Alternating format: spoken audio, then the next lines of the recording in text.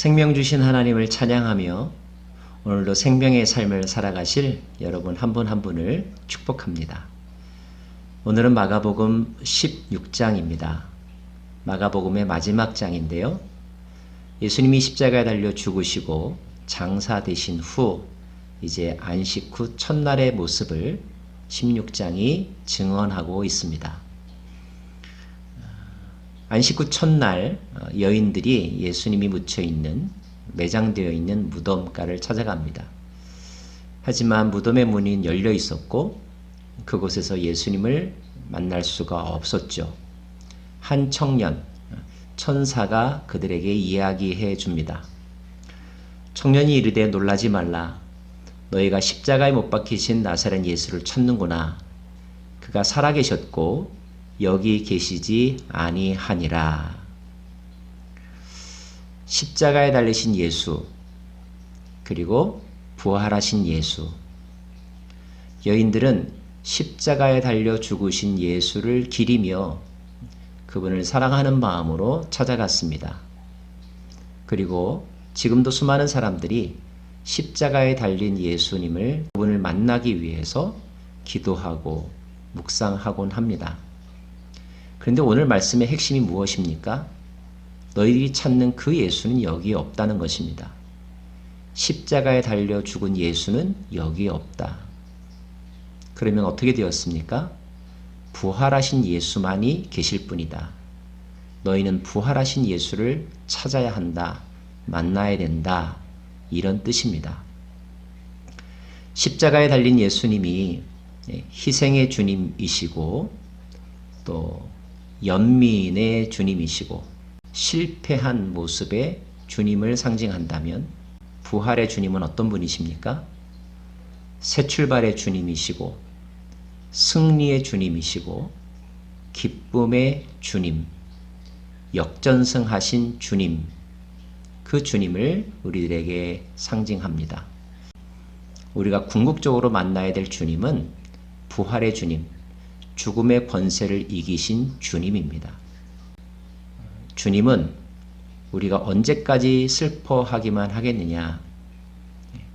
슬픔은 기쁨으로 나아가는 과정에 지나지 않는다라고 그의 부활의 사건을 통하여 가르쳐주고 계신 것입니다. 사랑하는 여러분, 우리가 믿는 예수님은 최후의 승리를 하신 분이십니다. 어제를 잊어버리시고 어제의 자리를 툴툴 털어버리시고 새 출발하는 오늘 되기를 간절히 빕니다. 무덤가에 갔던 여인들은 돌아와서 제자들에게 또 다른 사람들에게 예수님이 거기 계시지 않았다는 것과 그리고 예수님이 부활하셨다는 소식을 전합니다. 그런데 제자들의 반응이 어떠하죠? 제자들은 그 여인의 말들을 믿지 않았습니다. 또 엠마오로 가는 두 제자, 주님을 만났지만 그가 전한 소식을 다른 제자들은 또 받아들이지 않았습니다. 왜 그랬을까요? 몇 가지 생각해 볼 수가 있습니다. 우선 부활이라고 하는 이 사건 자체가 사실 상식적인 사건은 아닙니다. 일반적이지 않죠. 그래서 그들은 믿기가 어려웠을 것입니다. 또 하나의 이유가 있다면 부활하신 후 나타나시는 예수님이 다른 모양으로 나타나셨다. 이런 기록이 있습니다. 살아계셨을 때 그 모습이 아니라 다른 모양으로 나타나셨기 때문에 제자들은 한눈에 알아차릴 수 없었다는 거죠. 또 하나의 이유가 있다면 예수님께서 책망하시죠. 믿음이 없고 완악한 세대여. 그들에게 믿음이 없었고 고집스러움만 남았기 때문입니다. 어떤 믿음이 없었습니까? 예수님께서 자신의 죽음 이후에 일어날 일들에 대해서 미리 약속하셨는데, 예언하셨는데 그 주님의 말을 믿지 못하는 불신앙이 있었다는 거예요. 완악함은 무엇일까요? 저는 이 완악함이야말로 이제 예수님이 죽으시고 나서 그들의 마음 문이 완전히 닫혔다는 것을 의미한다고 봅니다. 더군다나 예수님은 미래에 대해서 이야기하시면서 앞으로 여기저기서 그리스도가 나타날 것이다. 미혹되지 말라 이런 말씀도 하신 적이 있습니다. 어쩌면 제자들은 그 예언의 말씀과 예수님의 죽음을 복합적으로 뒤엉킨 가운데서 아예 이제 누구의 말도 믿지 않는 상태로 마음문을 닫아버린 것이 아닐까. 예, 인간의 어리석음 가운데 하나는 분별하지 못해서 그래서 정작 믿어야 될 것을 믿지 못하고 버려야 될 것을 버리지 못하는 데서 우리의 선택의 오류가 생기는 것이 아닌가 싶습니다. 마음문이 닫혀버린 사람들, 그래서 이제는 어느 누구도 믿지 않으려고 했던 제자들, 그래서 그들은 자신들의 동료가 와서 해준 이야기도 믿지 않았고 예수님을 따라다녔던 신실한 여인들, 그 여인들의 목격담도 믿지 않았던 것이죠. 사랑하는 여러분, 말세에 일어난 징조들 그리고 난무하는 인포메이션들을 보면서 우리는 한 번쯤 이런 생각을 합니다. 다 믿을 게 없어. 믿을 게 못 돼. 그리고 아예 들으려고조차 하지 않을 때가 있죠. 근데 그러다가 진짜 들어야 될 정통한 소식마저도 귀를 막아버린다면 너무 안타까운 일 아니겠습니까? 그래서 분별력이 필요함을 이 시간 다시 한번 말씀드립니다. 예수님의 부활의 모습은 살아계실 때와 다릅니다. 신령한 몸으로 나타나셨습니다. 부활 이후에 나타나실 예수님의 모습은 우리가 늘 영화에서 보았던 헐리우드 배우와 같은 그런 잘생긴 분일 수도 있지만 아닐 수도 있고요. 남자의 모습일 수도 있지만 아니라 여자의 모습일 수도 있고요. 어른의 모습일 수도 있지만 어린아이의 모습일 수도 있다는 것. 사랑하는 여러분, 그러므로 부활하신 후 나타나실 그리고 앞으로 다시 오실 그 예수님에 대하여서 너무 티피컬하게 고정관념을 갖지 않으시기를 바랍니다. 부활하여 다시 오실, 재림하여 오실 그 예수님은 어떠한 모양으로일지 우리가 알 수 없다는 것. 그러므로 열린 마음을 가지고 주님의 재림을 기대해야 된다는 것. 마지막으로 마가복음 16장 뒷부분에는 부활하신 후 주님께서 하신 명령이 기록되어 있습니다. 또 이르시되 너희는 온 천하에 다니며 만민에게 복음을 전파하라. 온 천하에 다니며 만민에게 복음을 전파하라. 지상명령이죠. 그렇습니다. 이 말씀 때문에 이제까지 지난 2000년 동안 수많은 하나님의 사람들이 목숨 바쳐가면서 선교에 헌신했던 것을 우리는 잘 알고 있습니다. 자, 그들이 이렇게 복음을 전했던 것은 예수님의 명령에 순종하기 위해서요.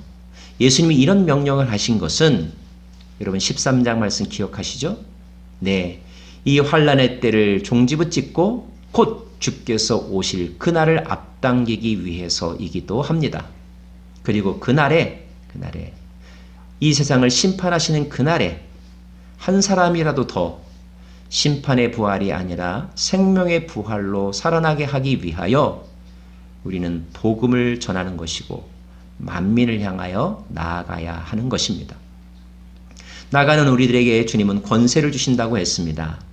믿는 자들에게는 이런 표적이 따르리니 곧 그들이 내 이름으로 귀신을 쫓아내며 새 방언을 말하며 뱀을 집어 올리며 무슨 독을 마실지라도 해를 받지 아니하며 병든 사람에게 손을 얹은즉 나으리라 하시더라. 바로 하나님의 나라를 경험하고 성취하게 하신다는 뜻입니다. 그리고 마지막 부분이 이렇게 되어 있죠. 주께서 말씀하신 후에 하늘로 올려지사 하나님 우편에 앉으셨고 제자들이 그 말씀대로 두루다니며 만민에게 복음을 전파할 때에 주께서 함께 역사하사 그분은 하늘 보좌 우편에 앉아 계시지만 하나님으로부터 부여받은 모든 권세와 능력으로 그리고 영으로 그의 제자들과 함께 하사 그 따르는 표적으로 말씀을 확실히 증언하시느니라. 예, 그가 말씀하신 것들이 성취될 수 있도록 성취되는 것을 모든 사람으로 하여금 경험케 하셨다는 것입니다. 예수님의 말씀은 죽은 후에 살아날 것이라고 하는 것도 성취가 되었고, 예수님의 말씀은 제자들이 나아가는 그 선교의 현장에서 능력으로 확인되었습니다.